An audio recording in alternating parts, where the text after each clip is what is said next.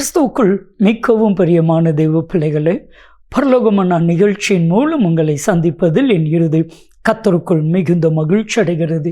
உங்கள் எல்லாரையும் இயேசு கிறிஸ்துவின் இன்ப நாமத்தினாலும் கிராஸ் டிவி ஊழியங்கள் சார்பாக என் அன்பின் வாழ்த்துக்கள். இன்றைய பரலோகமன்னா எல்லாருக்கும் முன்பாக உயர்த்துவார்.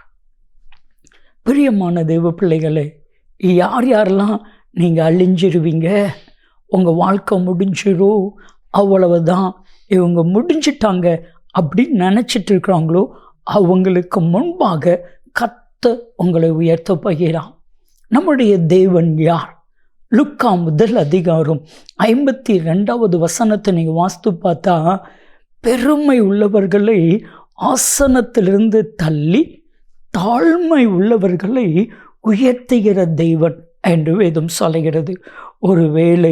ஒருவேளை உங்களை பார்த்து கொண்டிருக்கிற அத்தனை பேர் கண்களுக்கு முன்பாக கர்த்தர் உங்களை உயர்த்துவேன் என்று வாக்கு கொடுக்கிறார். பிரியமான தேவ பிள்ளைகளை, நிச்சயம் கர்த்தர் உங்களை உயர்த்துவார். இதை பார்த்து கொண்டிருக்கிற ஒவ்வொரு வேரையும் பார்த்து கர்த்தர் தீர்க்க தரிசனமாய் சொல்லுகிற கர்த்தருடைய வார்த்தை, நிச்சயமாக கர்த்தர் உங்களை உயர்த்துவார். நிச்சயமாய் கர்த்தர் உங்களை மேன்மைப்படுத்துவார். நிச்சயமாய் கர்த்தர் உங்களை எல்லா கண்களுக்கு முன்பாக மேன்மையாக வைப்பார். யோசுவாவின் புத்தகம் 3வது அதிகாரம் 7வது வசனத்தை நீங்கள் வாசித்து பார்த்தா, யோசுவாவை பார்த்து கர்த்தராகிய தேவன் ஒரு வாக்குத்தத்தத்தை கொடுக்கிறான். எல்லார் கண்களுக்கு முன்பாக உன்னை நான் மேன்மைப்படுத்துவேன், உன்னை உயர்த்துவேன். கர்த்தர் சொன்னதை போல உயர்த்தினா. மோசேயை உயர்த்தினதை போல யோசுவாவை உயர்த்தினா, உங்களையும் உயர்த்துவா.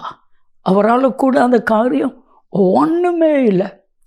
ஒரு குறிப்பிட்ட கிராமம் ஒன்றில் ஜான்சன் என்கிற சகோதரர் இயேசுவை அறியாத அந்த குடும்பத்தில் பிறந்து இயேசுவை அறிந்து கொண்டவர்.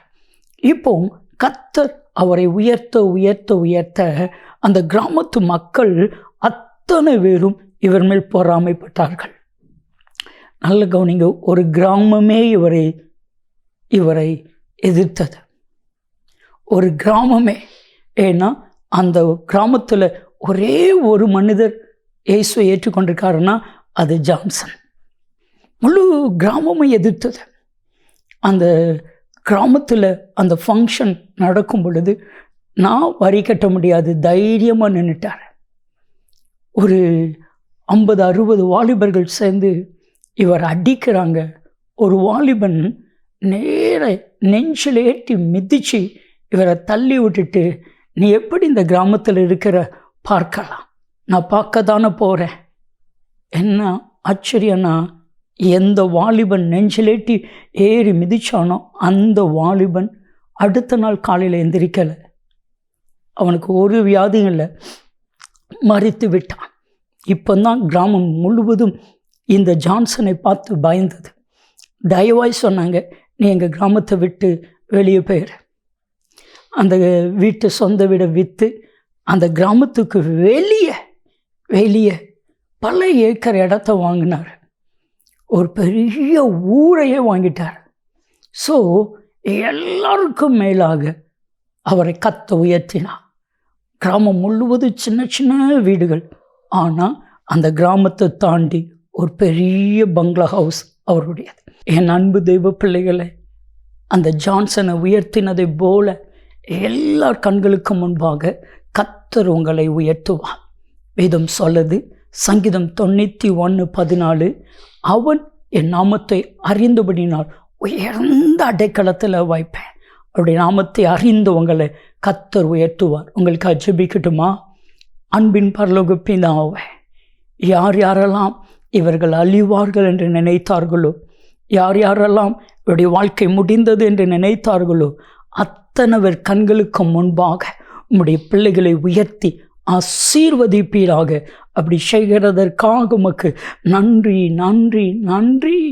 இயேசு கிறிஸ்துவின் நாமத்தில் ஜெபிக்கிறோம் ஜீவனுள்ள பிதாவே, ஆமென். எல்லாருக்கும் முன்பாக உயர்த்துவார். நன்மையும் கிருபையும் ஆசீர்வாதங்களும் நிச்சயமாய் உங்களை தொடரும்.